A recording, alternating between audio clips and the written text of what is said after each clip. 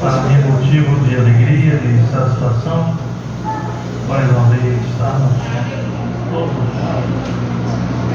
o só propósito de Deus para adorarmos a Deus, né? Viemos aqui para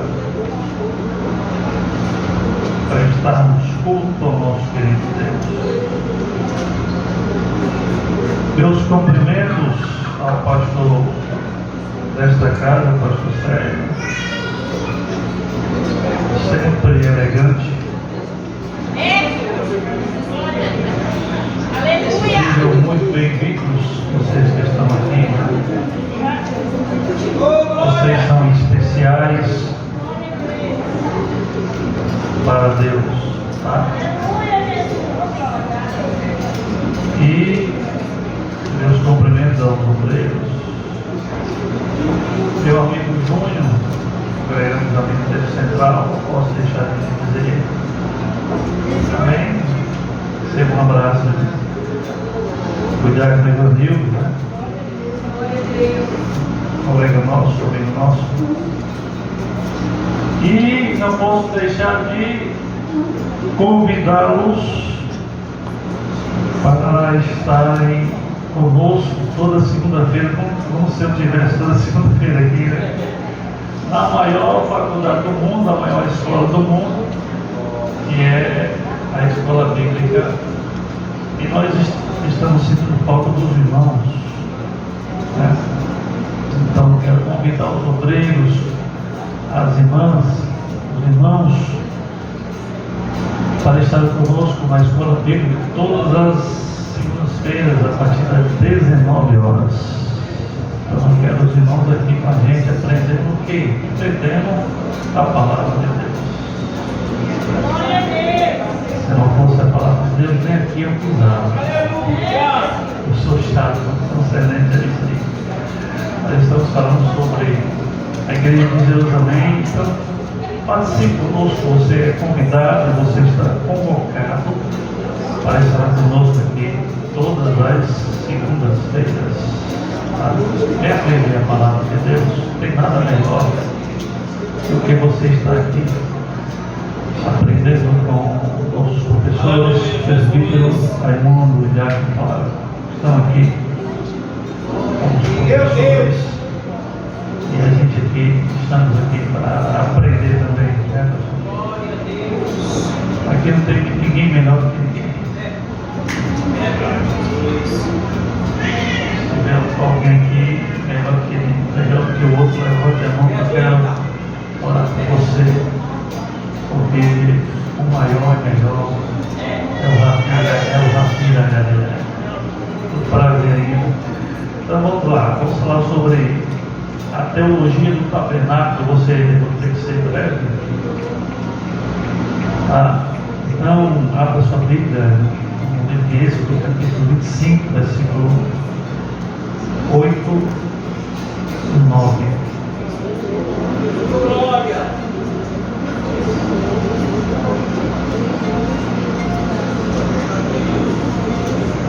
Êxodo, capítulo, esqueci os óculos, ó. Coisa, ainda bem que a letra aqui é um pouco maior. Êxodo capítulo 25, versículo 8 e 9, vai dizer: E me farão um santuário, e habitarei no meio deles, conforme a tudo que eu te mostrar para modelo do tabernáculo, e para modelo de todos os seus pertences. Assim mesmo fareis. Deus dizendo para Moisés: olha aí, coisa, né? Então, hoje é o tabernáculo, o santuário, a tenda ou a casa, como é chamada. Eu até pedi para a nossa ilustríssima ela colocar aqui, eu não sei se vai dar certo. Bacana, aí deu certo naquela foto lá. E Essa é a outra, né? Que essa daí é os utensílios que tu puder colocar aquela lá, a primeira lá. Essa daí, mais interessante, depois a gente vai falar dos utensílios aí, você coloca então, os irmãos lá ver, vai com o tabernáculo, o santuário, a tenda ou a casa, como é chamado. Aí nós falamos da escola dominical, foi outro. Quem tem para a escola dominical é outro nível. Eu digo, irmãos, comigo para a escola dominical é outro nível, porque eu não venho, fico como pequenininha, né? Então, o tabernáculo, o santuário, a tenda, a casa, como é chamada, é o lugar onde Deus escolheu para manifestar a sua presença em glória no meio do seu povo. Por isso, o significado é Deus habitando no meio do seu povo.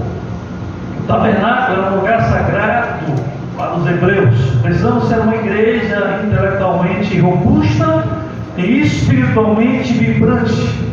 O tabernáculo é um compêndio teológico. Deus toma a decisão de habitar no meio do seu povo. Deus toma a decisão e vai dizer: eu quero habitar no meio do meu povo. Toma a decisão de vir, toma a decisão de descer, toma a decisão de romper essa distância e morar entre o seu povo. Isso é muito gratificante, é muito lindo, é sobrenatural quando isso acontece. Então o tabernáculo foi construído de acordo com as diretrizes que Moisés recebeu diretamente do próprio Deus. O santuário foi usado como uma tenda portátil durante a peregrinação pelo deserto. Os levitas, descendentes de Arão, eram os responsáveis por montar, desmontar e transportar o tabernáculo. A montagem era de dentro para fora, e toda a sua estrutura era montada no deserto. Mesmo depois que os israelitas terem entrado em Canaã, a casa continuou sendo utilizada por eles. Quando o rei Salomão construiu o templo, não havia mais a necessidade do santuário. As peças foram transportadas para o templo. Geralmente a gente faz o projeto da casa primeiro, e depois a gente pensa nos móveis. Mas é interessante aqui, Deus começa falando sobre os móveis que estavam dentro da casa, dentro da tenda, dentro do tabernáculo. A tenda não tinha nenhum conforto, não tinha lugar para sentar, não tinha ventilação, era um lugar abafado, pequeno, não havia atrativo e beleza no interior da casa. A Bíblia vai dizer em Isaías capítulo 53, olhando para Jesus, não havia aparência nenhuma para que o desejássemos. E aquela tenda aponta para Jesus, irmãos. O tabernáculo ficava dentro do espaço fechado de 45 metros de comprimento. Pode colocar lá, fora, por favor. Por 22 metros de largura.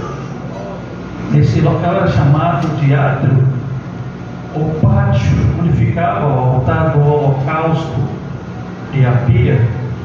Ali não era um acampamento de férias, de maneira alguma. No centro estava a casa. No centro estava a casa, e ao redor estavam as tendas, as 12 tribos de Israel. Isso quer dizer que Jesus tem que estar no templo, Deus está no centro, e as 12 tribos de Israel ao redor. Não se tratava de um povo pequeno ou de uma tribo, mas de 3 milhões de pessoas. Formavam um imenso cortejo de homens, mulheres, crianças, além do gado que possuíam e peregrinavam no deserto. O deserto é lugar de aprendizado, o deserto é lugar de aprovação, mas o deserto também é lugar de morte, de reprovação para quem se rebela, quem murmura, quem não quer nada com Deus. Sobre o tabernáculo pairava uma nuvem.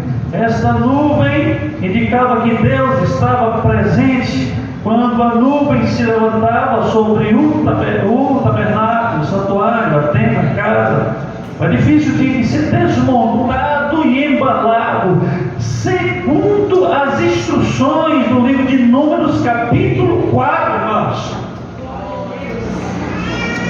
Ou seja, Deus é detalhista, irmãos. Tinha que ser desmontado, tudo conforme o que Deus dizer. Toda a nação deveria alinhar-se e preparar-se para partir. Assim somos nós, guiados pelo Paracleto, pelo Espírito Santo. E a qualquer momento vamos partir para novos estados. Assim, quando aquela nuvem se levantava, o povo tinha que desmontar aquela tenda, aquela casa, aquele tabernáculo.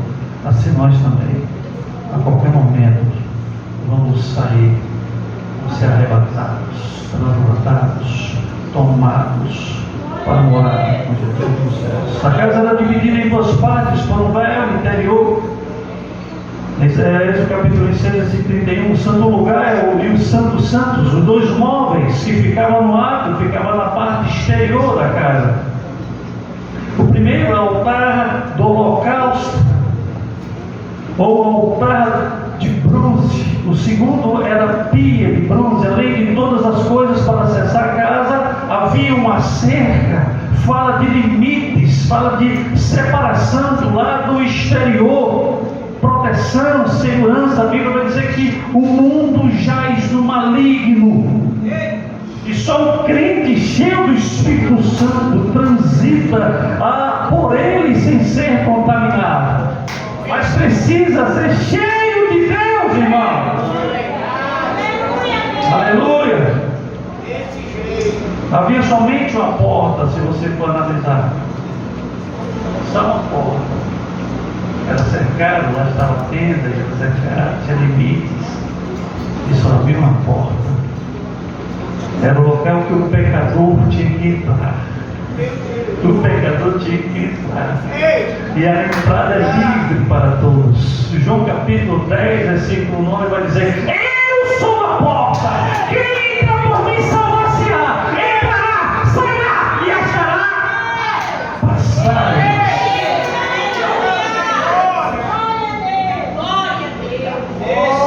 Só Jesus. Só Jesus. Tem que entrar por Jesus. Isso tudo aponta para Jesus. A porta ainda está aberta. Se tem alguém aqui que não aceitou Jesus, venha correndo a tempo. E diga: eu quero uma aliança com Deus. Eu quero morar no céu. Aqui acabou, irmãos. Aqui. O pastor falou aí, 7 de setembro, independência. As pessoas estão dependentes. Meu Deus, independente é aquele que é em Cristo Jesus. Que somos livres. Eu e você somos livres, diz a Bíblia Sagrada. Eu vos chamei para seres livres. A porta ainda está aberta, no entanto, um dia essa porta será fechada, irmãos. Venha aceitar Jesus enquanto é tempo, se reconcilie enquanto é tempo. Em que consistia o piso do tabernáculo? Isso é interessante, né? O piso, que era feito o piso de areia. Era de areia, irmãos. Como o povo estava de viagem, de passagem pelo deserto. Nós também somos forasteiros aqui no mundo. Não se agarre em nada, porque você não tem nada. Você é um pobre miserável, um pecador que precisa da misericórdia de Deus. Nós não temos nada. Tem pessoas que eu tenho um carro, eu tenho casa, eu tenho isso, eu tenho aquilo, eu tenho conta gorda. Tu não tem nada, cara. Não vai ter nada. Eu fico com uma cena tão grande dessas pessoas. Sem conhecimento, quando a gente morre, não leva nada. 2h30 da manhã, do dia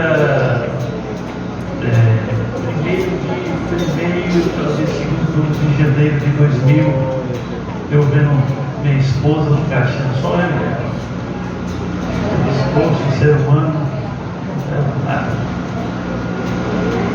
Meu Deus, somos forasteiros. As cortinas do tabernáculo eram bordadas de cores azul, púrpura, carmesim, branco, feitas de peles de animais, formavam o teto e protegiam a casa, como vocês estão vendo aí, assegurando contra o vento, o mau tempo. E fez essas cortinas, eram as mulheres, né? As mulheres faziam esse, cuidavam do revestimento da casa, né? As mulheres sempre em destaque, né? Então, adentrando no primeiro utensílio, o altar do holocausto, ele entrava pela porta, era a primeira mobília, a primeira peça do pátio. Quando entrava, era o lugar onde se matava o animal para perdão dos pecados. Tinha um formato quadrado de 2,5 metros em suas laterais e 1,5 metros de altura. Tinha 4 chifres, né, no altar do holocausto, onde se derramava o sangue do animal, menos o couro ou a pele, que eram feitas de roupas e cortinas. Era interessante. Assim como o altar do holocausto era a peça mais alta, os sacerdotes tinham que subir uma rampa, e a Bíblia vai dizer que eles usavam um calção por baixo da bata. Até isso é escrito na Bíblia, para fazer o sacrifício. Assim como Jesus foi elevado, é uma cruz como forma de sacrifício para dar a vida dele por mim e por ti, irmãos. Pela manhã o sacerdote tinha que retirar as cinzas e colocar lenha de forma organizada. É porque, como eu disse, Deus é detalhista, e posterior colocava o fogo. Se o sacerdote chegasse pela manhã e o sacrifício ainda estivesse queimando, não podia jogar água de maneira alguma, tinha que esperar queimar todo o animal. E Levítico capítulo 6, versículo 3 vai dizer: o fogo arderá continuamente sobre o altar e jamais se apagará. É por isso, irmãos, não apague. Deixa o animal. Deixa o animal queimar. Você apagou, você vai retirar, né? De forma normalmente o fogo. É ordem de Deus. E não faça isso não, para ver. Nunca entenderemos o sacrifício de Jesus na cruz se não lermos o livro de Levítico. Meu Deus. O livro de Levítico. Vamos ler a Bíblia, irmãos. Pare de assistir televisão, novela, de ficar no celular. Nem celular está em casa.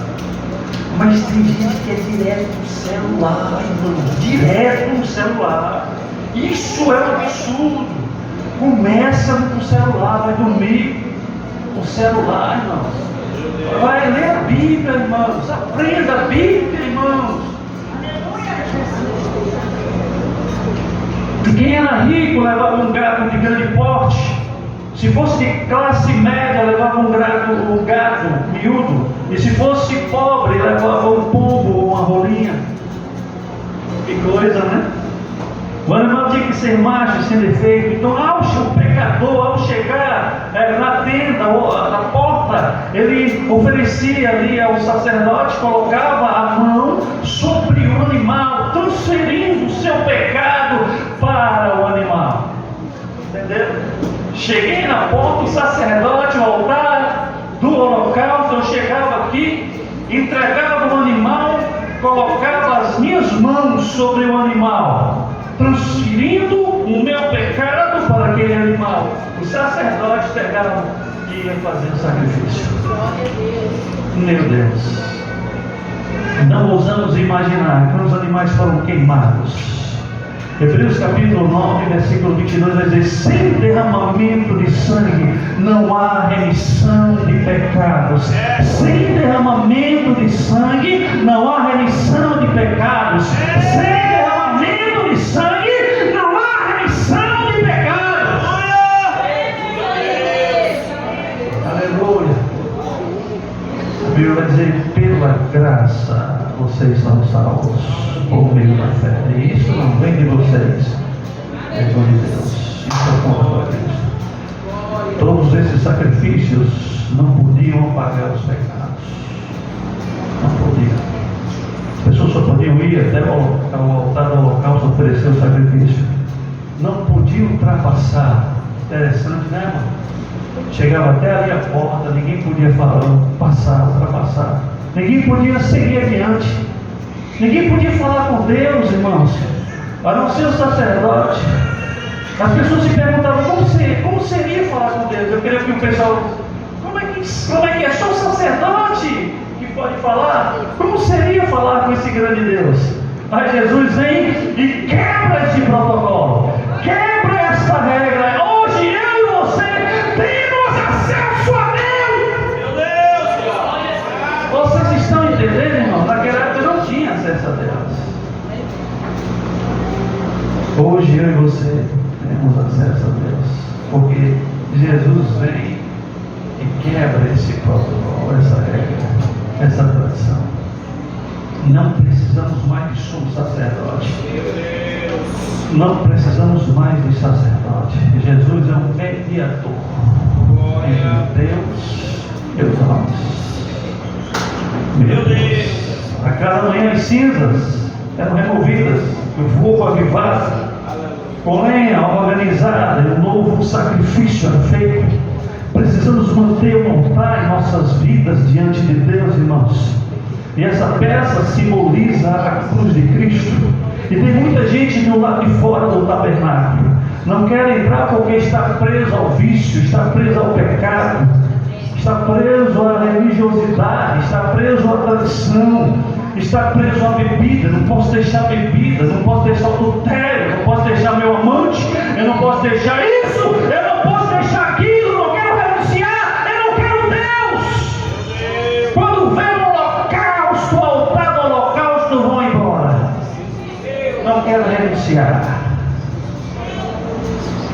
Que coisa, né? E as pessoas iam oferecer sacrifício para perdoar os seus pecados.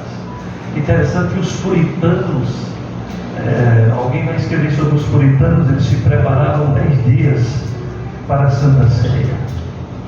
Hoje as pessoas veem de qualquer jeito, não falam, não tem raiva de um, tem rancor de outro, é uma bagunça total, sabe, irmão?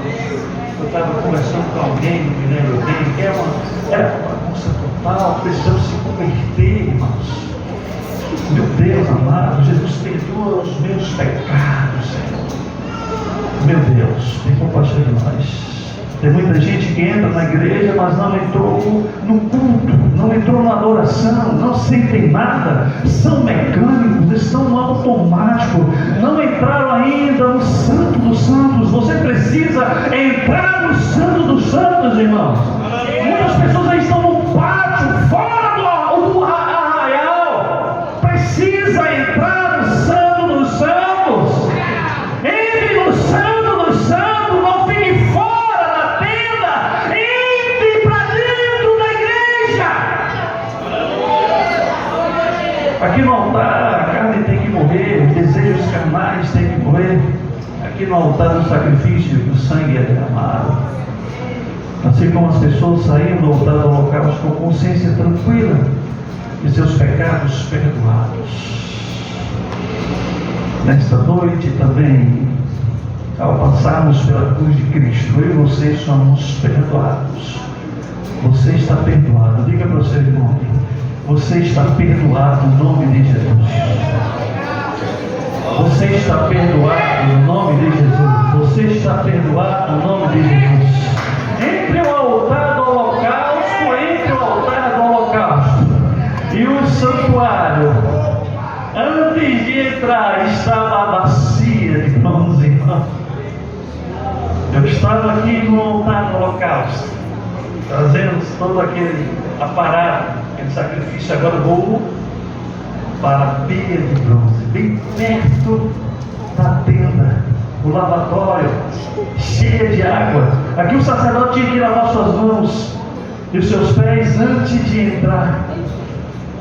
Eles estavam sempre contaminados pelas tarefas diárias e caminhadas na areia do deserto. Os pés e as mãos dos sacerdotes não tinham cobertura, eles precisavam se lavar um processo de purificação, de santificação. Se não lavasse os pés, as mãos, a Bíblia vai dizer que não podia seguir em frente para ministrar na tenda. Para ministrar na tenda, precisava se lavar os pés e as mãos. Eles corriam o risco de morrer se não passassem por essa purificação. Aponta também aqui para o batismo nas águas. Ele estava dizendo publicamente que estava limpo quando fazia esse ritual. Assim o cristão que precisa ser renovado. João capítulo 15, versículo 3. Vocês estão limpos pela palavra que vos tenho falado. Pela palavra que vos tenho falado, vocês estão limpos. Glória! Aleluia! E é um processo contínuo, irmãos. É um processo contínuo, irmãos. Só poderiam adorar depois que se purificassem, se lavassem. Quantas pessoas estão sujos espiritualmente? Quantas pessoas estão sujos, irmãos, espiritualmente? A Bíblia vai dizer como sepulcros caiados. Por fora é uma lindeza só, né? É cheiroso, é outro nível, etc, etc. Mas por dentro é um sepulcro. O pastor, o irmão, a irmã, não sei daqui, não tem como ver você por dentro. Mas Jesus sabe como você está. Jesus sabe como eu estou, irmãos. Não adianta negar, não adianta. Precisamos tirar a máscara. Precisamos tirar a máscara, irmãos, e se banhar. O banho purifica e regenera. Quem se banha tem como objetivo de buscar a pureza, limpar-se das sujeiras, lavar-se da poluição. Ninguém entrará na presença de Deus, na casa de Deus, com as marcas da sujeira. Lave-se antes de entrar. Lave-se antes de entrar na tenda. Aleluia! Essa pia de bronze foi uma oferta, um presente dada pelas mulheres. E o espelho representa a beleza, a vaidade feminina. E elas sacrificaram e doaram para que fosse feita a pia de bronze.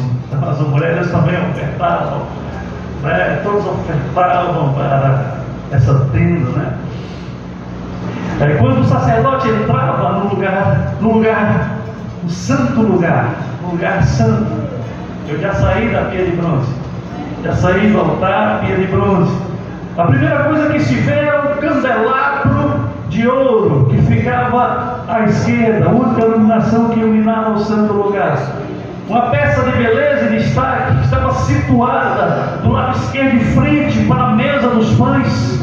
Tinha 7 lâmpadas que tinham forma de taça com pavio contendo azeite. Se puder colocar, por favor, aquelas peças, né? Experimentadas, né? Uma peça utilizada para cortar o pavio que ficava pronto para ter acesso novamente.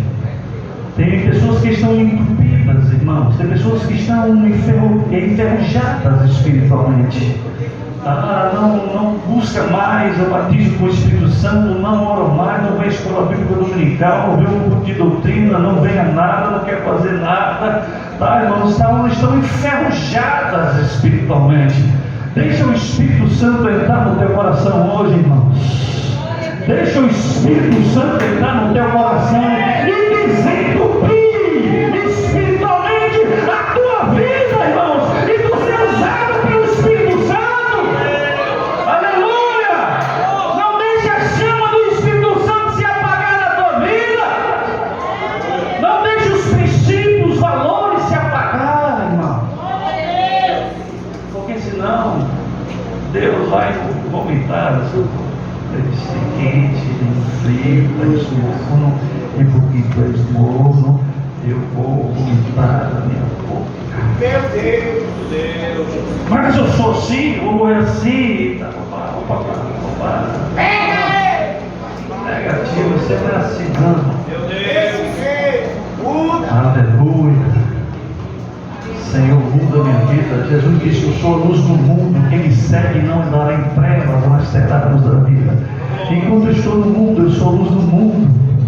João capítulo 8, versículo 12, João capítulo 9, versículo 5, né? A igreja é a luz do mundo, Mateus capítulo 5, versículo 14 ao 16. A luz é resplandecente, rompe as trevas, a luz não pode ficar escondida, assim como é aquele que se batizou não deve ter vergonha de ser luz que ilumina o mundo. E em frente ao candelabro estava a mesa dos pães da preposição.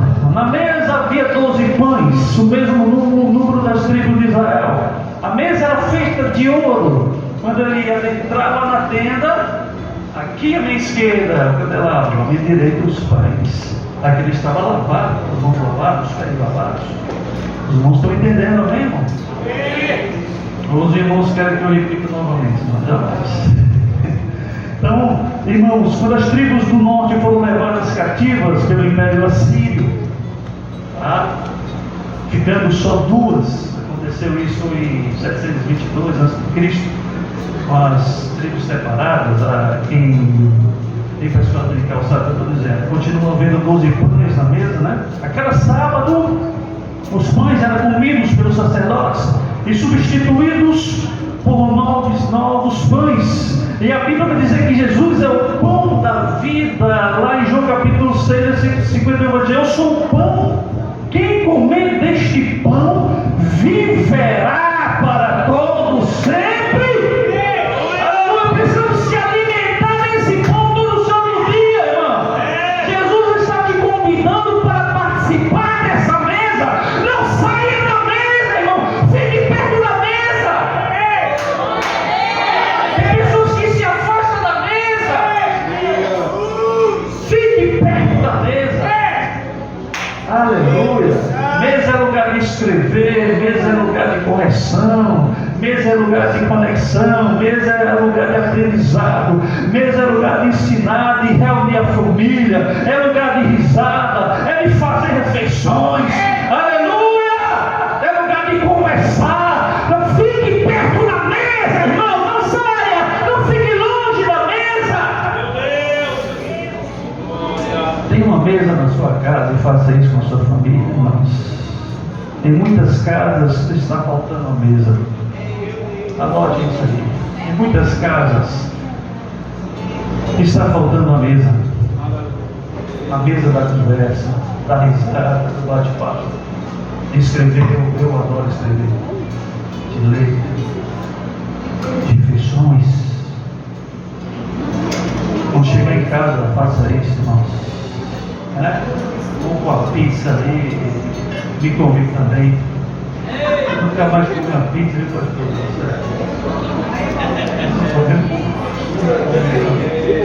Mas se quiser me convidar para comer aquela presa,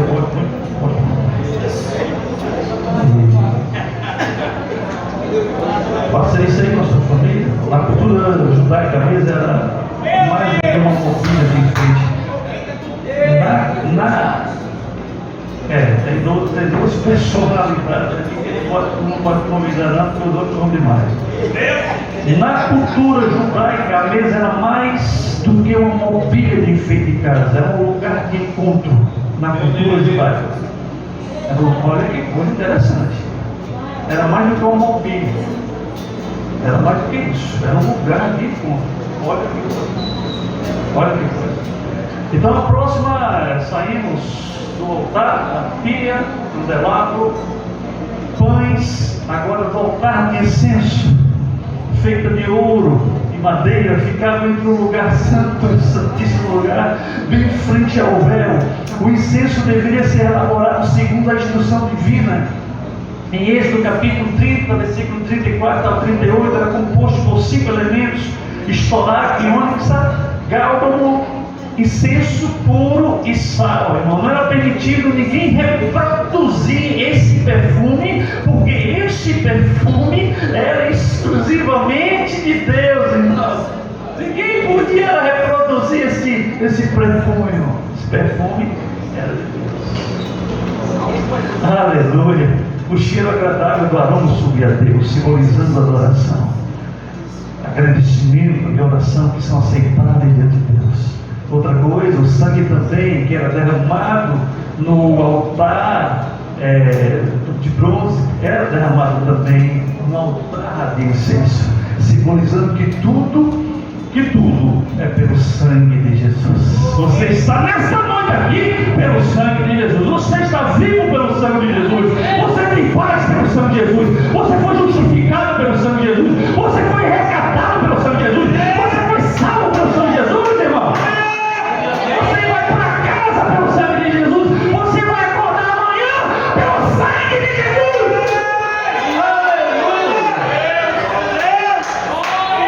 Seja coberto pelo sangue de Jesus. Sua família, seu lar, sua casa, seus negócios, vocês estão cobertos pelo sangue de Jesus.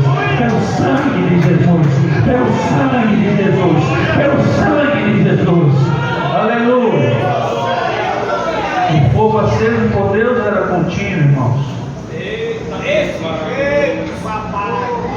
Não podia ser substituído por outro fogo, nem extinto pelos sacerdotes.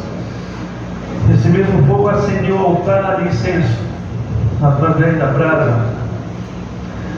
E aqui acontece outro episódio de Nadab e Abiú, quando ofereceram fogo estranho.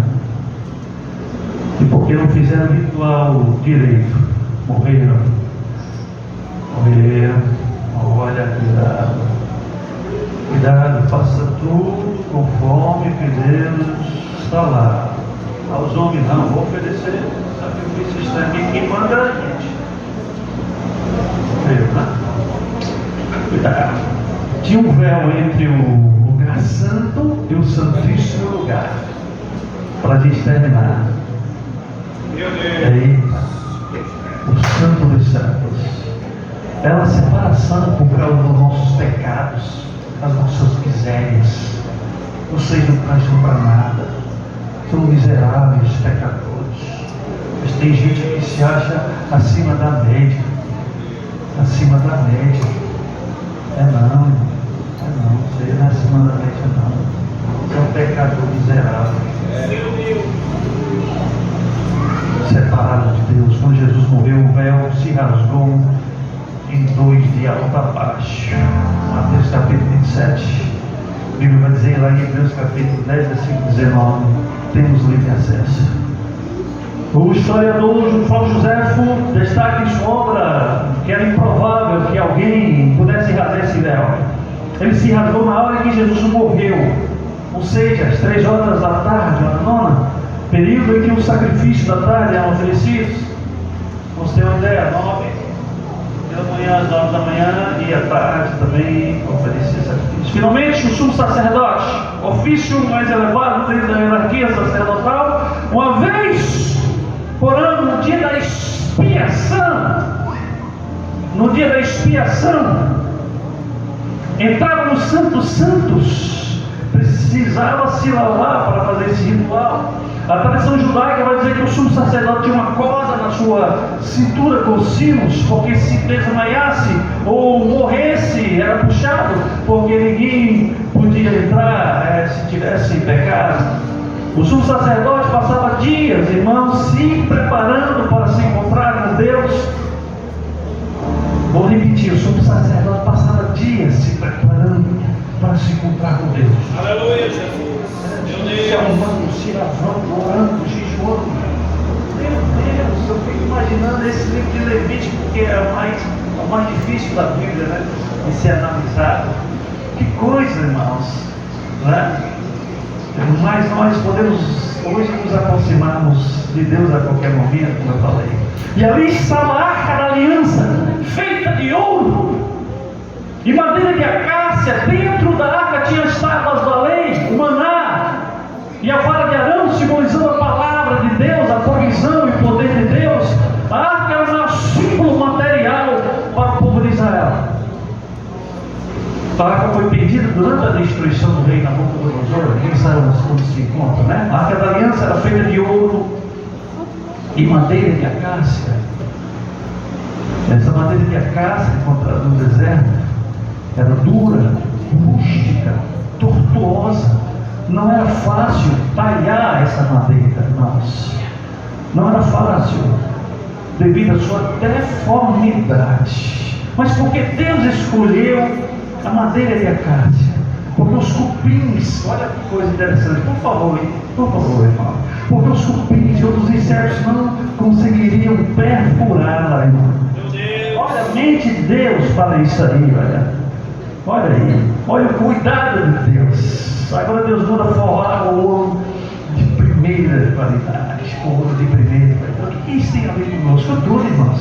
A madeira de acácia somos nós, dura, deformada, irmãos, rústica, cheia de nó, cheia de problema. Aleluia! Aleluia! Deus disse: eu vou habitar nele. Rústico, duro, cheio de nó, cheio de problema, mas eu vou habitar nele, irmão.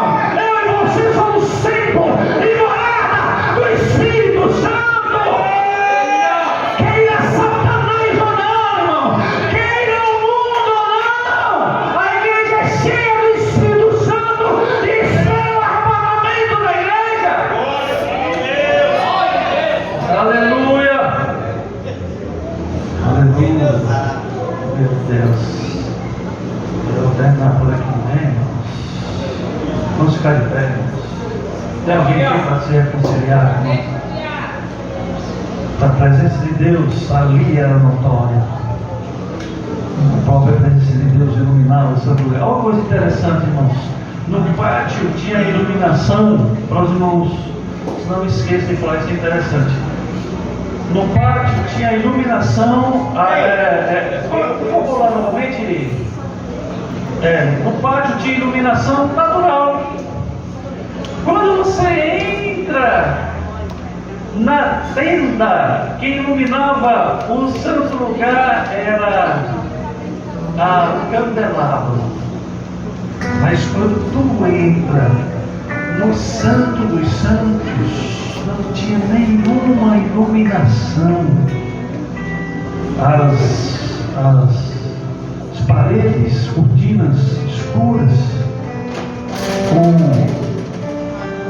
a Arca da Aliança. E alguém vai dizer que ali a própria presença de Deus iluminava aquele lugar. Aplauda Jesus, irmãos. Muito obrigado.